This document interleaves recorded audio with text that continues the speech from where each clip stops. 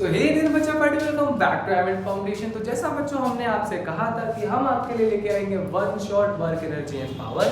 इससे पहले वाले वीडियो में जिसमें हम लोग ने वन शॉट में कवर किया था इस चैप्टर के सारे एग्जांपल्स को, ठीक है, सारे एग्जांपल्स को हमने कवर किया था हमने। और इस वीडियो से पहले आपको वर्क एनर्जी पावर पता है नहीं पता है कोई प्रॉब्लम नहीं है, हम आपको एग्जांपल्स के थ्रू वर्क एनर्जी पावर में सारे हमने न्यूमेरिकल्स भी किए थे और सारी चीजें भी हमने देखी थी कि क्या होता है वर्क कराने के लिए किस दो चीजों की जरूरत पड़ती है, ठीक है। अब इस वीडियो में बच्चों हम लोग स्टार्ट करेंगे वर्क एनर्जी एंड पावर्स के एक्सरसाइज को, ठीक है। तो बिना किसी देर के चलिए शुरू करते हैं, बट उससे पहले लाइक और सब्सक्राइब करना ना भूलें, ठीक है। तो चलिए शुरू करते हैं, ठीक। सबसे पहले आ जाते हैं हम अपने सबसे पहला एक्सरसाइज का हम क्वेश्चन पे आ जाते हैं जो कि है डिफाइन वर्क, ठीक है।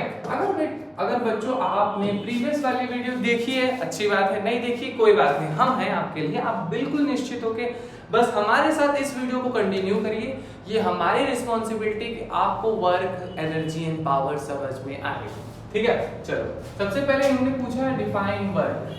अब वर्क क्या होता है हमने आपको पहले पढ़ाया था, कोई बात नहीं, ओके। लेट्स सपोज देखो वर्क क्या होता है बेटा, वर्क जब भी कोई ऑब्जेक्ट, जब भी थोड़ा सा इसकी निप मुझे पतली कर दीजिए, जब भी हम अप्लाई करते हैं फोर्स, जब भी हम फोर्स अप्लाई करते हैं और फोर्स अप्लाई करने पे जो मेरा ऑब्जेक्ट है वो फोर्स की डायरेक्शन में डिस्प्लेस हो जाता है। फोर्स की डायरेक्शन में क्या हो जाता है बेटा, डिस्प्लेस हो जाता है। अगर ये फेनोमेना होता है तो हम बोलेंगे कि हमारा वर्क हुआ है, समझ में आ गया। जब हम फोर्स अप्लाई करते हैं और ऑब्जेक्ट मेरा फोर्स की डायरेक्शन में डिस्प्लेस हो जाता है तो हम बोलेंगे क्या, मेरा ऑब्जेक्ट हमने वर्क किया, ठीक है। चलो अब इसका फॉर्मूला अगर देखें, ओके, अगर हम फॉर्मूला की बात कर ले तो वर्क का फॉर्मूला होता है फोर्स इनटू डिस्प्लेसमेंट, ठीक। चलो next, okay, how is work done by a force measured when force is in direction of displacement and second the force is in an angle to the direction of displacement। अगर हम इस वाले case की बात करें जिसमें ये person है और ये इस तरफ फोर्स लगा रहा है, ठीक है, ये इस तरफ फोर्स लगा रहा है, फोर्स अप्लाई कर रहा है और जिस डायरेक्शन में ये फोर्स अप्लाई कर रहा है उसी डायरेक्शन में ये बॉक्स मूव हो रहा है। बॉक्स क्या हो रहा है बेटा, मूव हो रहा है। तो डिस्प्लेसमेंट, फोर्स और डिस्प्लेसमेंट दोनों सेम डायरेक्शन में, तब हमारा वर्क हुआ, ठीक। अब इस वर्क को कैलकुलेट करने के लिए हम क्या यूज कर सकते हैं, वर्क का एक्सप्रेशन यूज कर सकते हैं जो कि क्या होगा बेटा, जो कि होगा वर्क डन। वर्क डन हमारा हो जाएगा फोर्स इनटू डिस्प्लेसमेंट, जैसा कि पिछले वाले में किया था हमने। अगर हम एंगल वाली बात करें, अब जैसे मान लो यहाँ पे इस केस में जब ये बॉक्स यहाँ पे होगा, इस पॉइंट पे जब ये बॉक्स होगा कुछ इस तरह और इस बॉक्स पे हम लगाएंगे फोर्स, ठीक है, इस बॉक्स पे इधर फोर्स लगाने लगाया, मान लो सपोज इधर फोर्स लगाए, फोर्स अप्लाई, ठीक। तो फोर्स का डायरेक्शन किधर रहेगा बेटा, इस साइड रहेगा, फोर्स का डायरेक्शन इस साइड रहेगा, लेकिन बॉक्स का डिस्प्लेसमेंट किधर रहेगा, फोर्स की डायरेक्शन से कुछ डिग्री पे बॉक्स का डिस्प्लेसमेंट इधर रहेगा। तो फोर्स की डायरेक्शन पे अगर डिस्प्लेसमेंट कुछ डिग्री पे जाएगा, ठीक। फॉर एग्जांपल जब हम किसी को धक्का मारते हैं तो जिस तरफ हम धक्का मारे उस तरफ वो ना जाके किसी और दिशा में जाए, ठीक है, तब ये वाला कंडीशन आएगा। जब हम किसी चीज को सीढ़ी पे से पुश करते हैं तो हम नीचे की तरफ फोर्स लगाते हैं लेकिन ऑब्जेक्ट ऊपर की तरफ जाता है, ठीक है। अगर हम बात करें इस कंडीशन में हम कैसे फोर्स कैलकुलेट करेंगे, तो उसके लिए बेटा हमारे पास होता है formula work done equal to F into D cos theta, चलो नेक्स्ट की तरफ बात कर लेते हैं बेटा। चलो, a force of F act on a body and displace it by a distance s in the direction at an angle theta with the direction of force, okay, and a force F act on a body, मान लेते हैं ये मेरा force है जो कि body पे act कर रहा है, ठीक है, and displace it a distance s, ठीक है, in the direction at angle theta with the direction of force. Write the expression for the work done by the force. Okay, okay. What should be the angle between the force? अच्छा, ये दोनों figure को एक minute hold कर लीजिए। यहाँ पे एक तीसरा फिगर समझिएगा बेटा कि एक फोर्स है, फोर्स जो कि एक बॉडी पे लग रहा है। सपोज एक बॉल लग रहा है, एक बॉल पे ये फोर्स लग रहा है, ठीक है। ये बॉल है, ये है मेरी बॉल, ये है मेरी बॉल, ठीक है। अब इस बॉल पे जब फोर्स लगा तो बॉल इस डायरेक्शन में गई, इस डायरेक्शन में गई। फोर्स का क्या डायरेक्शन था? फोर्स का डायरेक्शन था इधर, फोर्स का डायरेक्शन था इधर। ये डायरेक्शन है फोर्स की डायरेक्शन। किसकी बेटा? फोर्स की डायरेक्शन, फोर्स की डायरेक्शन, ठीक है। अब फोर्स की डायरेक्शन से थीटा डिग्री एंगल डायरेक्शन बना के जब हमारा बॉल गया, जब हमारा बॉल गया, अगर हमें इस टाइम फोर्स को कैलकुलेट करना है, सॉरी वर्क डन को कैलकुलेट करना है, तो मेरे पास क्या फॉर्मूला हो जाएगा बताइए बेटा? अभी जस्ट मैंने आपको बताया था, ये वाला फॉर्मूला हो जाएगा FD cos थीटा। तो हम यहाँ पे सॉरी हम यहाँ पे कर लेंगे FD cos थीटा इस वाली कंडीशन के लिए। फर्स्ट वाला क्या है? Right the expression for the work done. ये वाला एक्सप्रेशन है right the expression for work done के लिए, ठीक। तो मेरा ए आंसर क्या हो जाएगा? ए आंसर हो जाएगा F into D cos theta, ठीक है। चलो, अगर आपको ये जानना है कि cos थीटा क्यों लग रहा है तो आप हमारी पिछली वीडियो चेक कर सकते हो, ठीक है बेटा। ओके, क्योंकि हमने उसमें पूरा डिटेल में एक्सप्लेन किया। ये तो हो गया फर्स्ट पार्ट। अब चलते हैं सेकंड पार्ट में। अब सेकंड पार्ट क्या कहता है देख लेते हैं। अगर हम रिजॉल्व का ऑप्शन आता है नहीं है इसमें। चलो, अब सेकंड पार्ट कह रहा है बेटा कि what should be the angle between the force and displacement to get zero work done and max work done, ठीक है। देखो, किसी भी ऑब्जेक्ट पे वर्क डन मैक्स तभी होगा, इस वाले एग्जांपल पे आते हैं, ठीक है। इस वाले एग्जांपल को समझो कि जब फोर्स और डिस्प्लेसमेंट सेम डायरेक्शन में होगा, ठीक है। फोर्स और डिस्प्लेसमेंट सेम डायरेक्शन में होगा तो ऑब्जेक्ट का वर्क डन जो होगा मैक्सिमम होगा, ठीक है। यहाँ पे जो हम लोग ने FD लिखा है ना बेटा, ये मैक्सिमम वर्क डन का फॉर्मूला है। किसका? मैक्सिमम वर्क डन का फॉर्मूला। अब कैसे मैक्सिमम है अभी मैं बताता हूँ। देखो, हमने एक फॉर्मूला ये बताया था और एक फॉर्मूला ये बताया। अगर यहाँ पे cos 0 कर दो, क्या कर दो? cos 0, ठीक है। यहाँ पे हम लोग लिख दो work done equal to FD cos 0, ठीक। अब देखो, अगर cos 0 की वैल्यू देखो तो क्या हो जाएगी? 1, तो F into D into 1, मतलब कि हमको क्या मिल गया? F into D ही तो मिल गया। और यही फॉर्मूला तो बेटा हम लोग यहाँ पे लिखे हैं। मतलब कि जब हमारा डिस्प्लेसमेंट और डिस्टेंस एक डायरेक्शन में होगा तो हमारा वर्क डन मैक्सिमम होगा। ओके, चलो next. Okay, what should be the angle between the force and displacement to get 0? ये वाला पार्ट कंप्लीट हो गया। अब ये वाला पार्ट कंप्लीट हो गया। ये अब 0 समझते हैं। देखो एंगल 0 क्या कहते हैं, ऐसा कौन सा कंडीशन होगा, मतलब हमसे क्वेश्चन ये पूछ रहा है कि ऐसा कौन सा एंगल होगा, ऐसा कौन सा एंगल होगा जिसमें वर्क डन जो है वो 0 होगा। वर्क डन क्या होगा? 0। मतलब कि किस एंगल पे मतलब कि कितना फोर्स लगाएं और डिस्प्लेसमेंट किस डायरेक्शन में हो जिससे कि ये एंगल जो है, इस एंगल की वजह से वर्क डन 0 है। फिर से मैं समझाता हूँ। ऐसे समझो कि किसी ऑब्जेक्ट पे हम फोर्स लगा रहे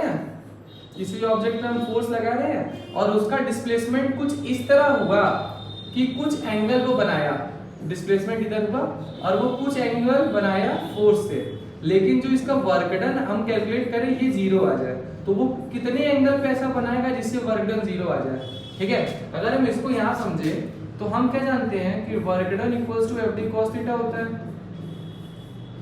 ठीक है। FD cos theta. तो अगर वर्क डन 0 है और इधर हम फोर्स इनटू डिस्प्लेसमेंट, ये दोनों चीजें हो रही हैं, और अगर हमको इस पूरे को 0 करना है, ना तो हम इसको 0 कर सकते हैं ना तो इसको 0 कर सकते हैं, ये दोनों ऑप्शन नहीं है।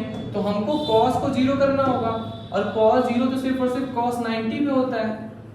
तो cos 90 का क्या मतलब हुआ, ये समझो कि जब फोर्स जब हम लगाएं और फोर्स की 90 डिग्री एंगल पे हमारा ऑब्जेक्ट डिस्प्लेस हो, ऑब्जेक्ट क्या हो, फोर्स की 90 डिग्री एंगल पे डिस्प्लेस हो, तब उस वाले केस में बेटा मेरा वर्क डन जो आएगा वो 0 आएगा। समझ में आ गया?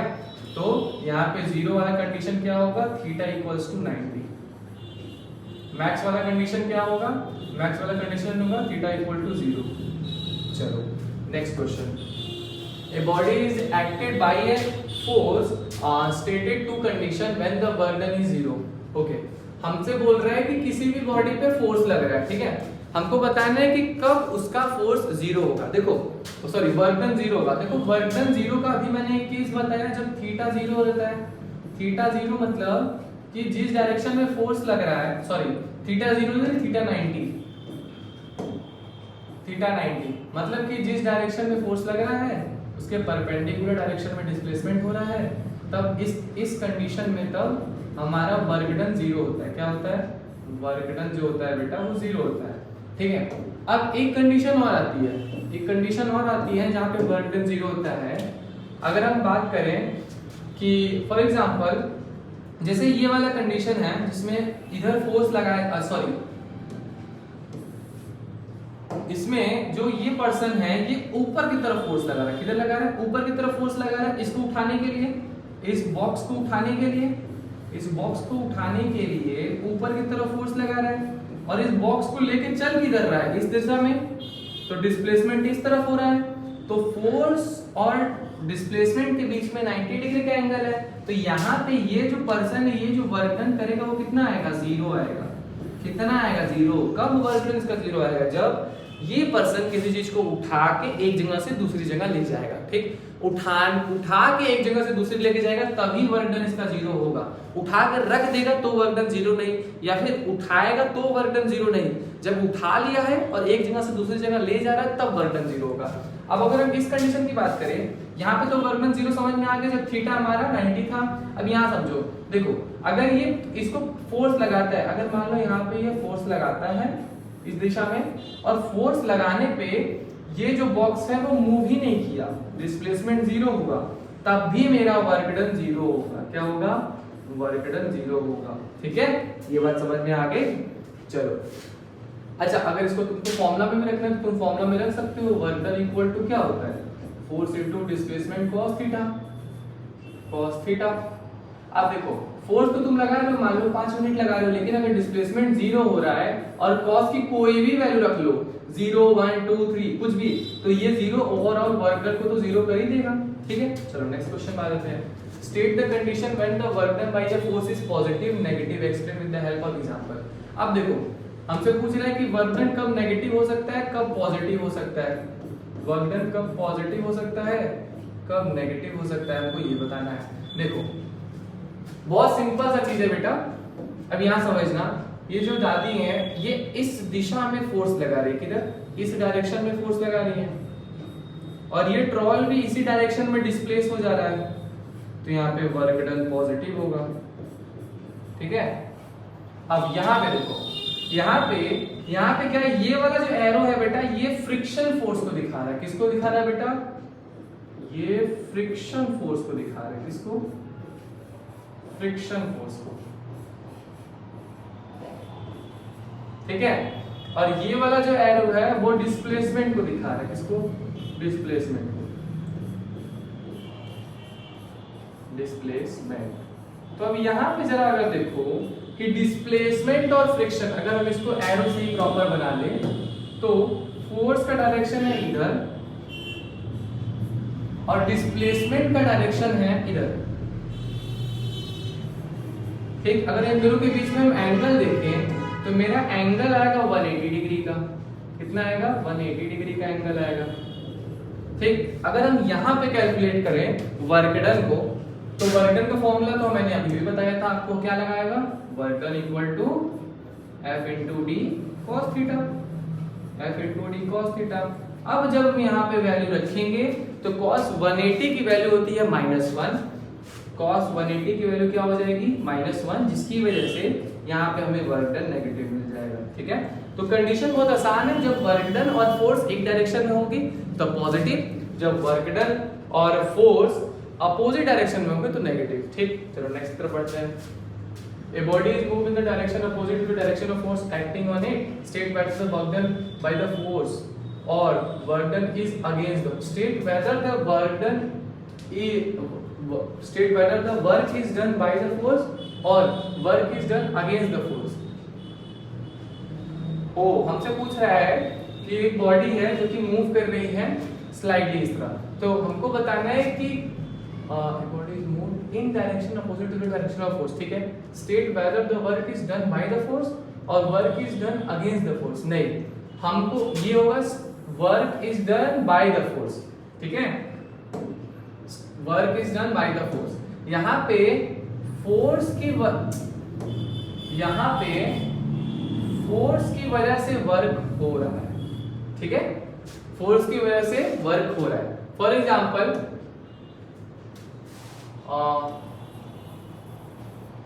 ठीक है, अगर हम इस एग्जांपल की बात करें तो यहाँ पे फ्रिक्शन इधर लग रहा है और इधर लग रहा है डिस्प्लेसमेंट, तो इधर फोर्स इधर लग रहा है और उसकी वजह से वर्क हो रहा है।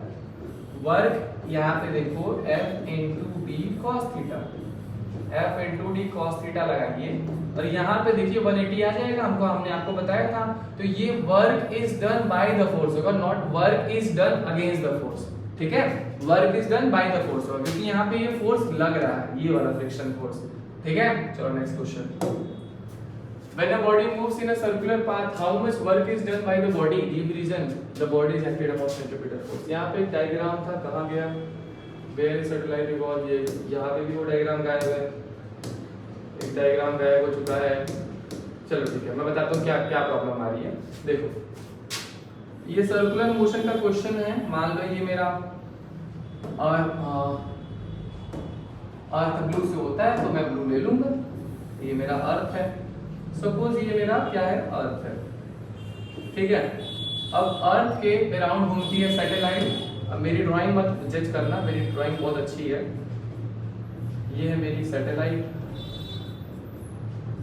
ठीक है, ये है मेरी सैटेलाइट। अब ये सैटेलाइट पे कंटिन्यूअसली हम लगाते हैं एक फोर्स, कौन सा? ग्रेविटेशनल फोर्स, जो कि इनसाइड होता है अर्थ के। ठीक है, ये कंटिन्यूअसली करता रहता है, लेकिन ये सैटेलाइट किधर मूव करती है? सैटेलाइट हमेशा मूव करती है इस डायरेक्शन में। ठीक है, तो अगर हम इस कंडीशन में देखें तो डिस्प्लेसमेंट इधर हो रहा है, फोर्स इधर लग रहा है और फोर्स और डिस्प्लेसमेंट के बीच में 90 डिग्री का एंगल है। ठीक है, हाँ मैंने बॉडी मूव से circular path how much work. जब भी कोई बॉडी सर्कुलर पाथ में मूव करती है तो उस पे सेंटर की तरफ लगता है सेंट्रीपिटल फोर्स, सेंट्रीपिटल फोर्स, जो कि डिस्प्लेसमेंट के परपेंडिकुलर होता है। डिस्प्लेसमेंट कौन सा? ये वाला डिस्प्लेसमेंट बॉडी हमेशा इस तरफ करती है। अगर इस पॉइंट पे है, अगर इस पॉइंट पे बॉडी है तो इस पे इस तरफ सेंटर इधर फोर्स लगेगा और डिस्प्लेसमेंट इधर करेगी, तो हमेशा फोर्स और डिस्प्लेसमेंट के बीच में एंगल होगा 90 डिग्री। तो जब हमें एंगल 90 डिग्री दिख रहा है तो हम सिंपल सी बात बोल सकते हैं कि यहाँ पे जो वर्क डन होगा वो 0 होगा। सिंपल। Next question.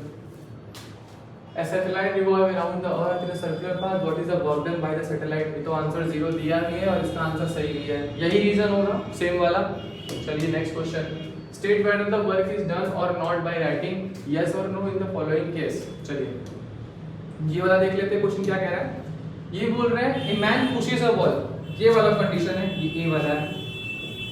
अच्छा ये दिख नहीं रहा होगा आप लोगों को बच्चों, मैं थोड़ा सा लाइट कलर ले लेता हूँ।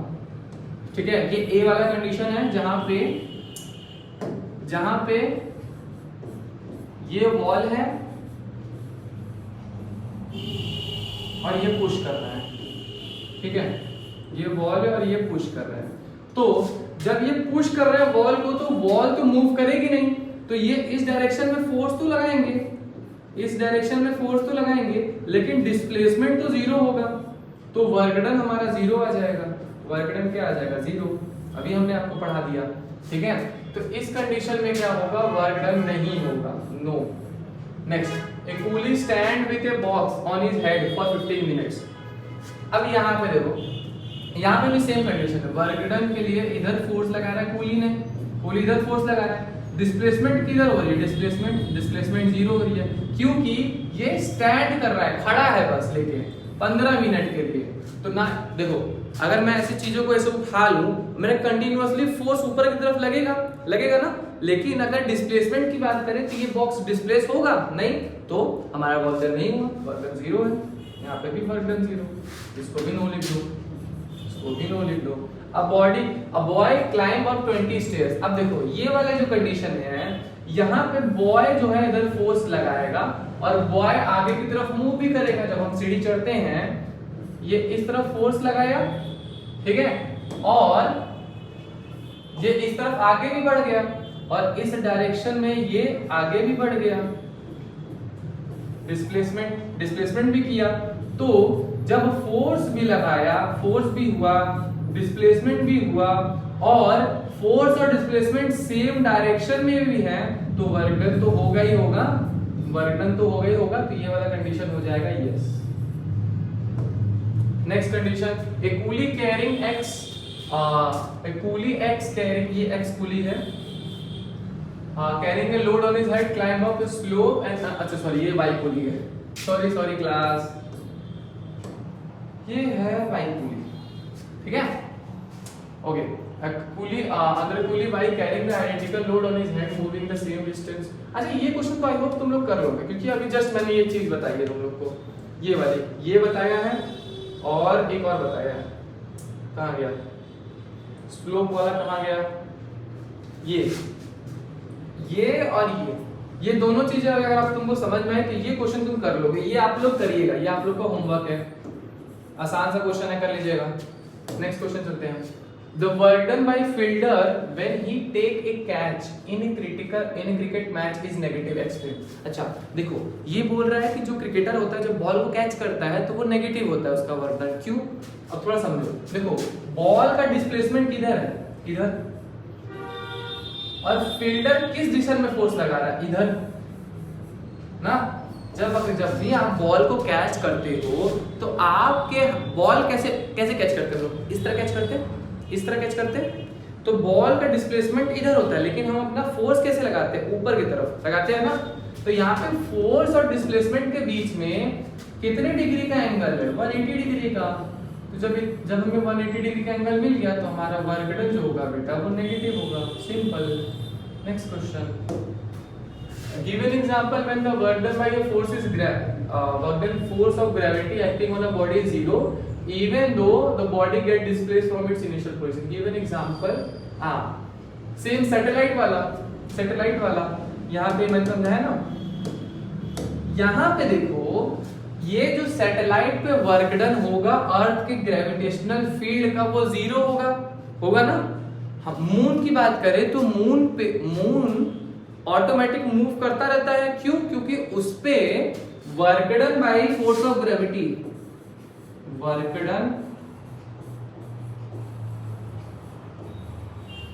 Done by